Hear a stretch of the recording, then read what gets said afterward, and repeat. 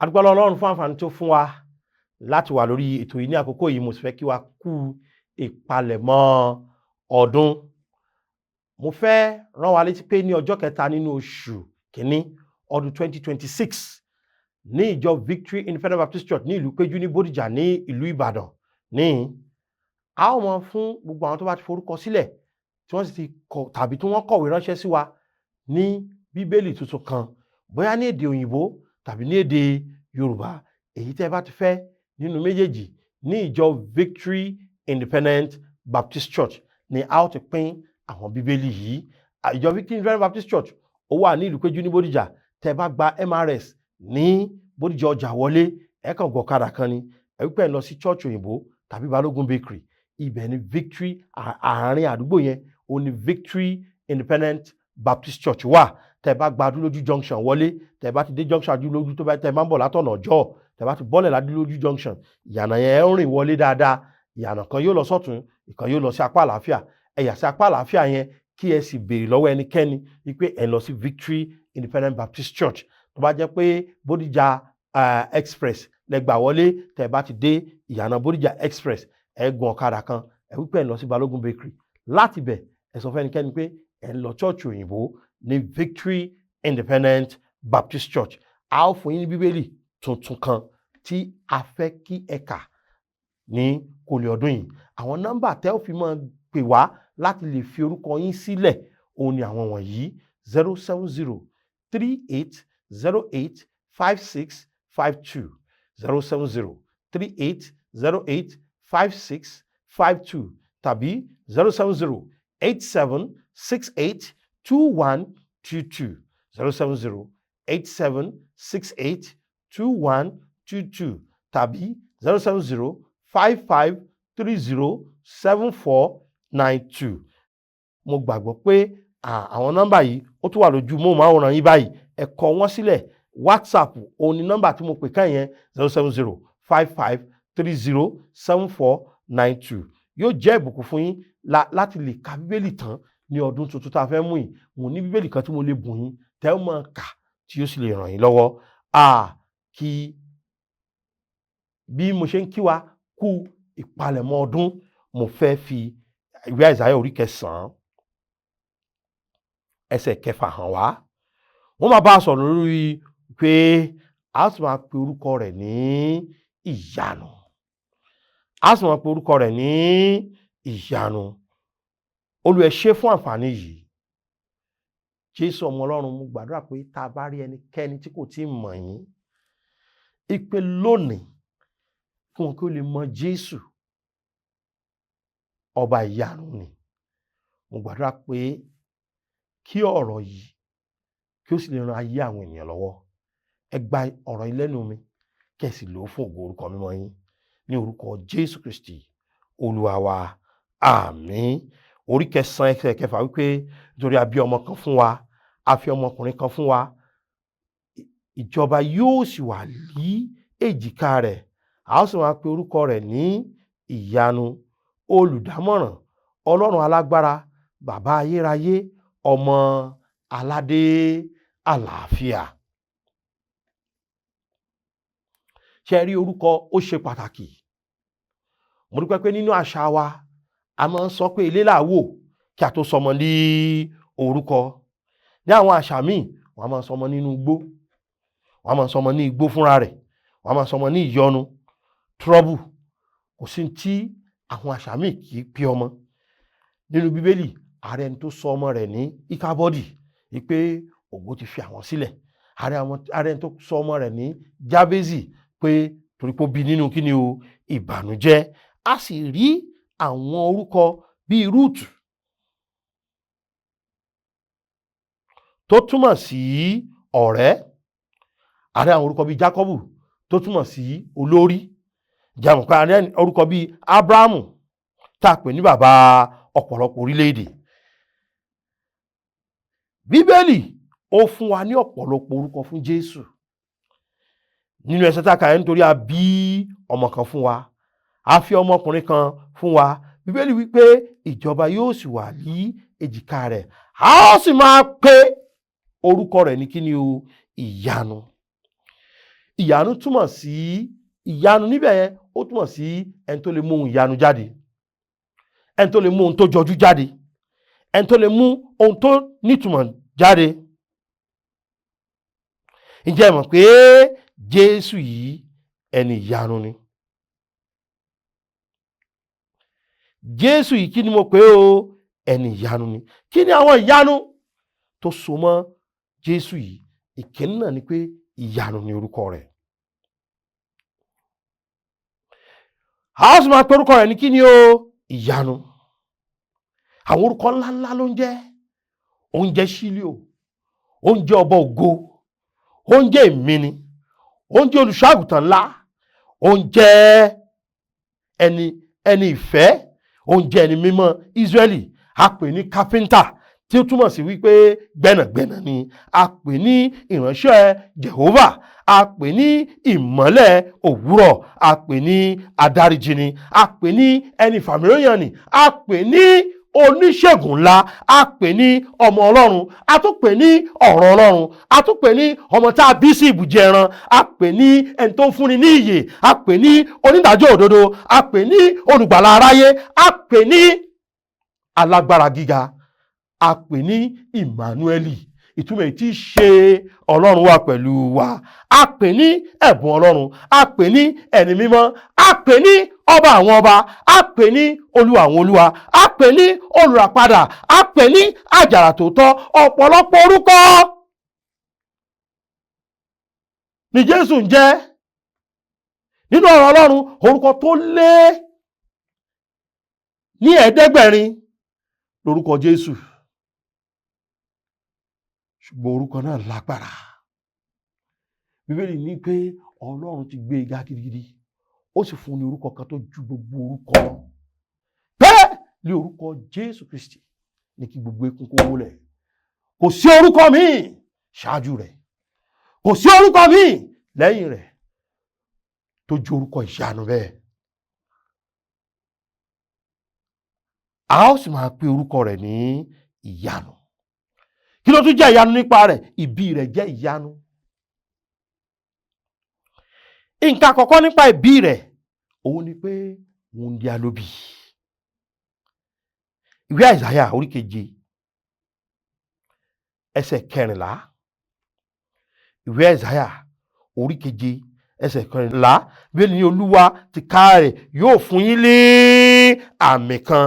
Kíyèsí, wúńdíá kan yóò lóyún, yóò sì bí ọmọkùnrin kan, yóò sì pe orúkọ rẹ̀ ní Ìmánúẹ́lì.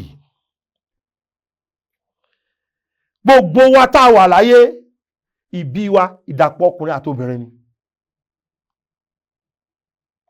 Gbogbo wa tá a wà láyé, wọ́n mú nǹkan kan lọ́dọ̀ ọkùnrin kan, wọ́n mú nǹkan kan lọ́dọ̀ obìnrin kan, wọ́n tò pọ̀, òun ló di èmi àti yín. Tàbí bàbá kan àti ìyá kan pàdé ní ibì kan ní ìgbà kan, òun ló di ènìyàn láyé. Ìdí nìyí tí mo fi rò pé ibi tó yẹ ká ti bọ́gbọ́n lọ́pọ̀lọpọ̀ wà kì í gbà. Ṣọ́kùnrin àtọkùnrin lè bára wọn lò kó doyún? Ṣóbìnrin àtobìnrin lè bára wọn lò kó doyún? A nílò ọgbọ́n, kò sọ́gbọ́n láyé. Àwọn nǹkan ìríra òun là ń gbọ́ tó ń ṣẹlẹ̀ láyé. Ọkùnrin àtọkùnrin ní lórúkọ òmìnira, ṣómìnira nu àbí ìwà wèrè?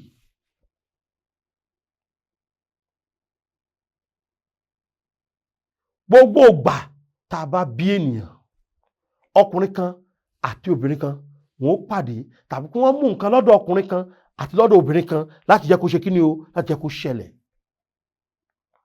Ṣùgbọ́n nígbà tá a bí Jésù Kristi,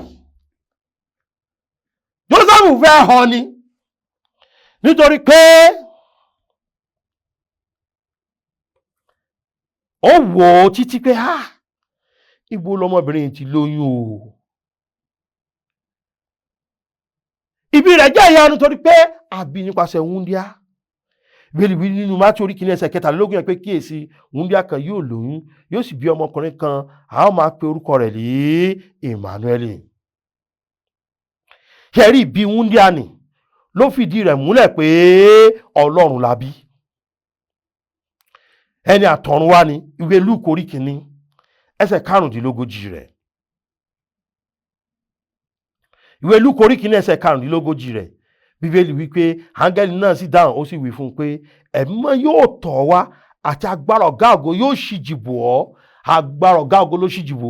Nítorí náà ohun mímọ́ tí ẹgbọ́n tó wí o, ohun mímọ́ ẹnìkan péré ló mọ̀ Ọlọ́run ni o, ohun tó jáde látinú Màríà, ó kí la pé o, ohun mímọ́ tí a ó ti inú rẹ̀ bí, ọmọ Ọlọ́run lè a máa pè é.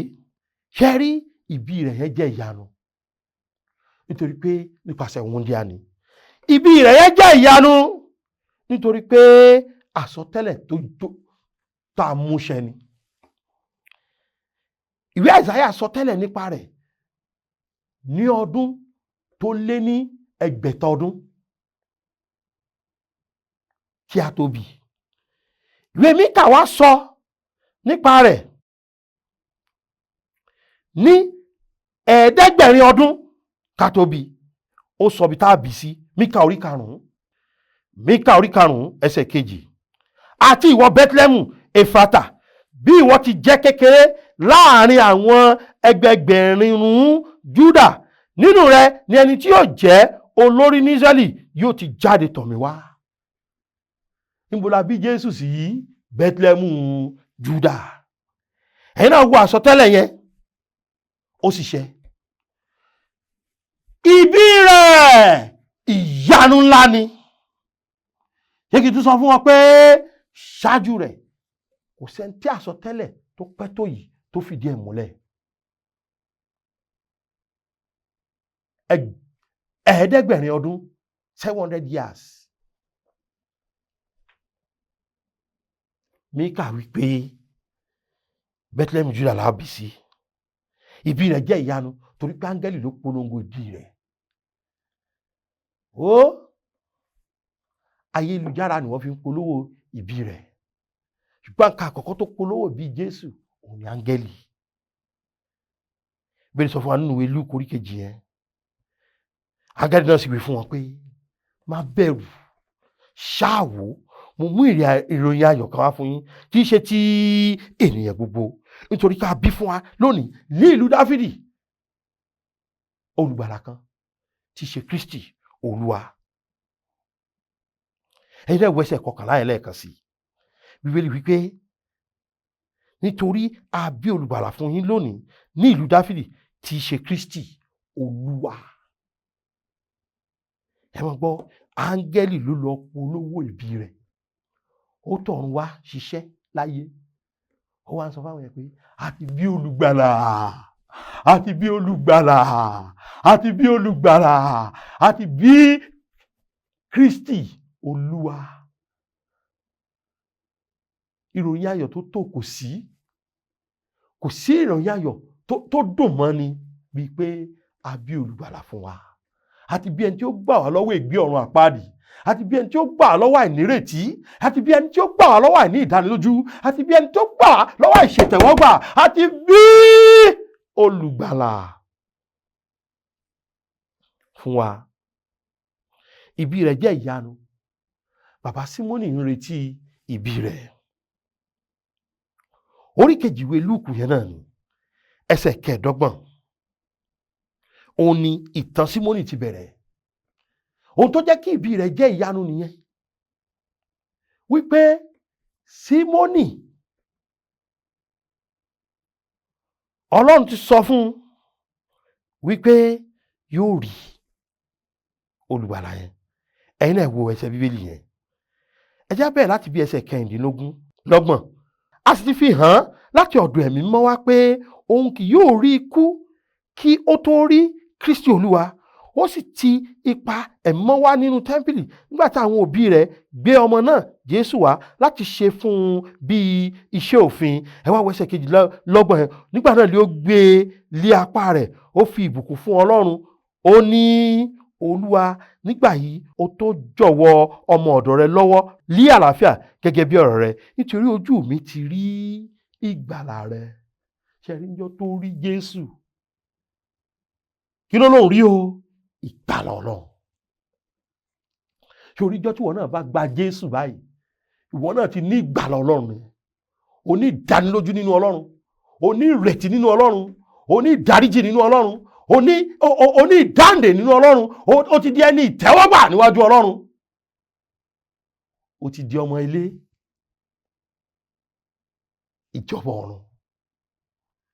Wo bàbá yẹn ó dúró, ẹ̀mí mọ́ sọ fún pé a ò lè kú títí tí a ó fi bí olùgbàlà. Ntí ìbí rẹ̀ fi jẹ́ ìyanu nìyẹn. A tún dá wọn kan dúró pé ẹ wá wò ó, ẹ rí. Ṣé ìmọ̀dí tí ìbí rẹ̀ tún fi jẹ́ ìyanu? Ìràwọ̀ tún sọ̀rọ̀ nípa rẹ̀. Nínú ìwé Mátíù orí 2, a rí i pé àwọn amòye wá láti ìlà oòrùn. Wọ́n wá ń béèrè ọba tá a bí, ọba tí ò tí ì dádé tá a ti mọ̀ ní ọba. Ọba yẹn làwọn ọba kan gbọ́ ìròyìn ìbí rẹ̀ tí wọ́n wárìrì púpọ̀. Ẹ mọ̀ gbọ́, ìràwọ̀ yẹn wá mú àwọn èèyàn lọ títí àwọn mẹ́tẹ̀ẹ̀ta lọ títí tán fi dọ́dọ̀ rẹ̀. Kí n kọ́kọ́ kọ́ wa ní bíbélì kékeré kan. Amòye mélòó gan ló wá síbi ìbí Jésù? Èmi ò mọye wọn o. Ẹ̀bùn 3 wọ́n fi lélẹ̀: wúrà, tùràrí àti òjìá. Ṣùgbọ́n mélòó làwọn amòye náà? A ò mọye wọn. Nígbà tẹ́ bá ń kọ́ àwọn ọmọdé, ẹ yé kọ́ wọn lẹ́yìn bíbélì, ìjà kọ́ wọn bíbélì. A ò mọ iye amòye tó jẹ́. Ṣùgbọ́n wọ́n mú ẹ̀bùn mélòó wá o? Wọ́n mú ẹ̀bùn 3 wá. Wọ́n bí mo ṣe ń ṣàlàyé ọ̀rọ̀ yìí fún wa lọ. Ìjẹ́ ìyanu ti dáyé rẹ̀ bí? Èmi tó gùn ìdílé ti ṣẹ́ fún, eléyìí kan ní ìyanu tó gbọ́dọ̀ dáyé rẹ̀ o. Ìjẹ́ ìyanu ti dáyé rẹ̀ sí bí? Èmi jẹ́ pé tí mo ṣe ń ṣe àwọn òwò mi, ó ń bọ́ sí fún mi ni, mo ń tẹ̀síwájú ni. Eléyìí kan ní ìyanu o. Ìyanu ni ẹni tí a pe orúkọ rẹ̀ ní ìyanu. Ìyanu ni ẹni tí a bí nípasẹ̀ wúńdíá ni. Ìyanu ni ẹni tí áńgẹ́lì polówó ìbí rẹ̀. Ìyanu ni ẹni tí ìràwọ̀ polówó ìbí rẹ̀. Ìyanu ni ẹni tí ibi tá a bí sí àsọtẹ́lẹ̀ rẹ̀ ó ṣẹ. Ìyanu ni ẹni tí a pè ní Ọlọ́run ayérayé, Bàbá ayérayé. Ẹni tó tóbi tó sì tún wá sínú èèyàn kí wà tèmi ká lè bá di ọmọ Ọlọ́run. Nítorí ọ̀fẹ́ Kristi níjọ́ mẹ́jọ, a wo ìgbé ayé rẹ̀ gẹ́gẹ́ bí ìyanu. A wo ìdí tó fi wá sáyé gẹ́gẹ́ bí ìyanu. A ó sì wo bó ṣe yẹ kémi àti yín ká ṣe nígbà Kérésì. Gbọ́n mi fẹ́ kẹ́ ẹ gbàgbé pé orúkọ rẹ̀ jẹ́ ìyanu. Mi ò tún fẹ́ kẹ́ ẹ gbàgbé pé ìbí rẹ̀ jẹ́ ìyanu.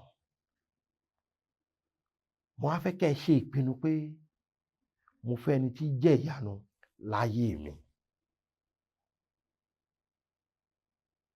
Ó rọrùn láti ní ẹni tí jẹ́ ìyanu láyé rẹ̀. Ṣé o mọ̀ dí? Nítorí pé torí rẹ̀ ló ṣe wá sáyé. Torí mi ló ṣe wá sáyé. Ẹni tí jẹ́ ìyanu yẹn, torí mi àti tiẹ̀ la ṣe ti ọwọ́ wúńdíá bí. Torí mi àti tiẹ̀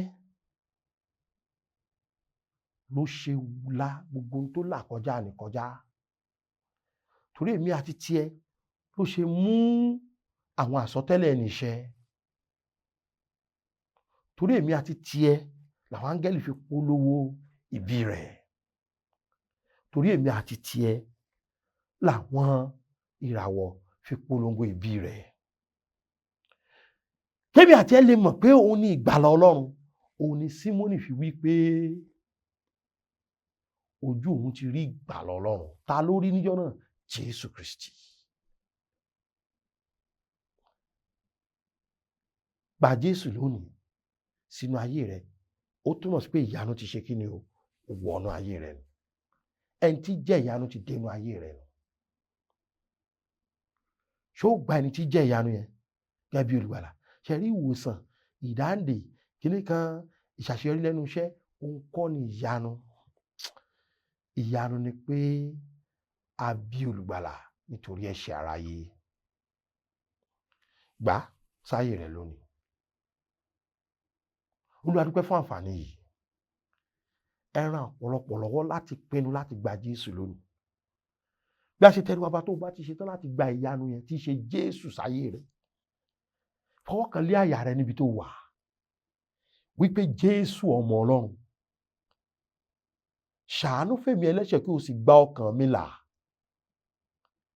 Mo gbà ọ́ sínú ọkàn mi gẹ́gẹ́ bí olùgbàlà mi lónìí. Jésù, mo dúpẹ́ torí pé o ti gbà mí là. Jésù Olúwa wa. Àmín. Mo fẹ́ bọ́ ọyọ̀ pé o ti gba ẹni tí jẹ́ ìyanu. Mo sì tún fẹ́ gbọ́ látọ̀dọ̀ rẹ bóyá o fẹ́ gba Bíbélì látọwọ́ mi ní ọjọ́ kẹta oṣù kìíní ọdún tó ń bọ̀. So pè mí sórí 07038085652